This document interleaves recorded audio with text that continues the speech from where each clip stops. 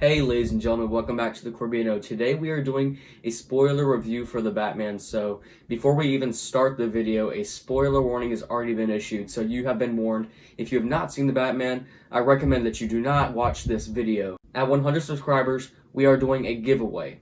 This giveaway will be consisting of Funko Pop of your choice.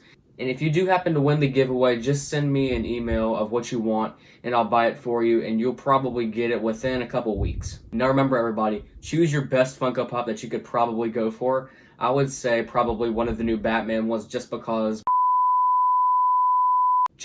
we're doing this video right now. The Batman was a perfect masterpiece in my opinion, right? The Batman was a perfect masterpiece that could not be erased, and I think that this is probably one of the best Batman movies that will go down in history for cinema ever. As the movie begins, we do get to see the Riddler going after his first victim, and this is the mayor of the city. In the trailer, we do get to see his duct tape, and we do get to see when on his face it does say "No More Lies." This does go to show that this movie is more like a Zodiac serial killer kind of movie, and it's not like your average superhero Marvel film. In this Batman universe, the Riddler has a bit of a serial killer tone, and he does get a little bit more violent. You could also relate him to the Saw movies with all his traps and his ways of killing. After that, we do get to see Gotham City and Halloween, and we do get a voiceover from none other than Robert Pattinson's Batman. And he does talk about how the criminals are scared of when his bat signal comes on, and my gosh, did this bat signal freak the kids out.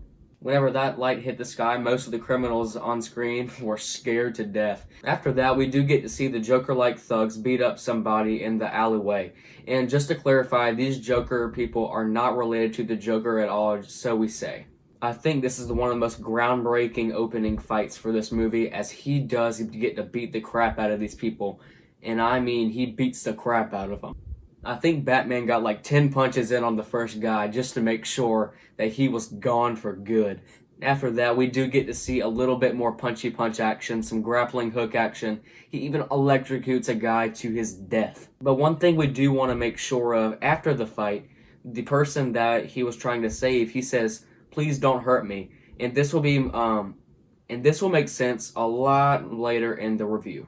We do figure out later in the movie that Carmine Falcone, he did kill Catwoman's best friend, and we did not see anything else that indicated this except for a few pictures and an investigation that does happen throughout this movie. There was a lot of plot holes and plot twists in this movie, but I think there's a few different arcs connecting through here that I could try to explain.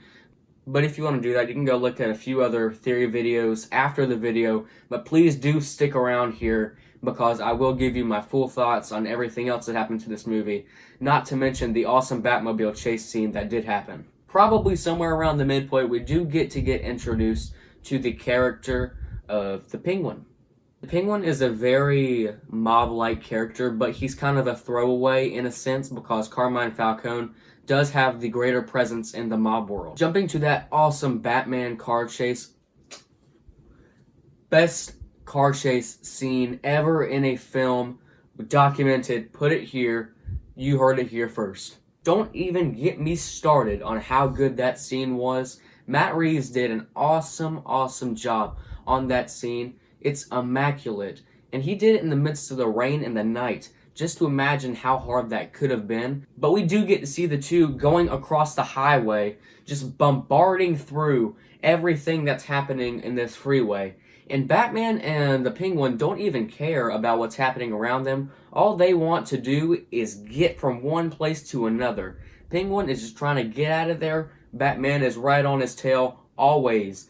And this is striking fear right into the Penguin because he does not know what to do. Batman's car is basically invincible at this point because Penguin is just bra-ta-ta-ta-ta on that window, but nothing is happening.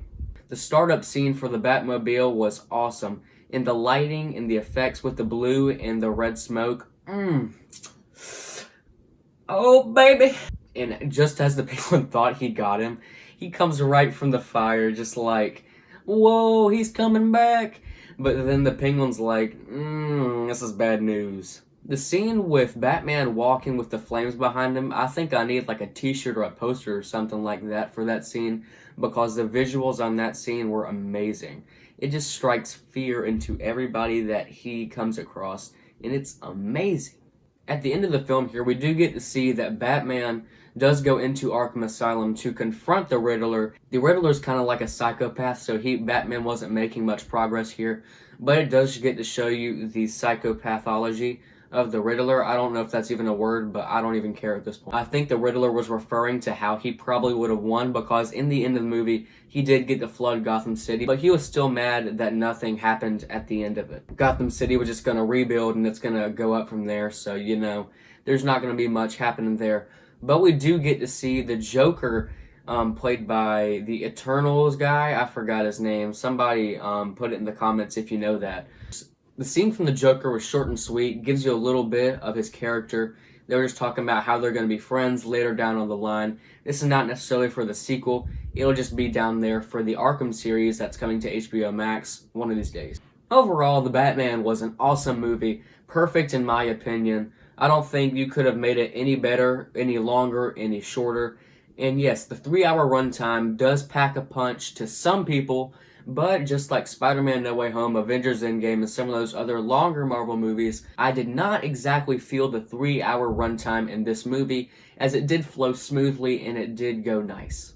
For this movie, I'm going to go ahead and give it a debatable 5 stars. Say what you want, but I think this movie deserves the praise. You can wait and see it April 19th on HBO Max. Thanks, ladies and gentlemen, for watching the video. Please like the video, subscribe, comment down below your thoughts on the video, and maybe some theories on what's going to happen in the next movie. Make sure to look out for a few new Batman videos coming in March, and I'll see you guys next time. Peace out.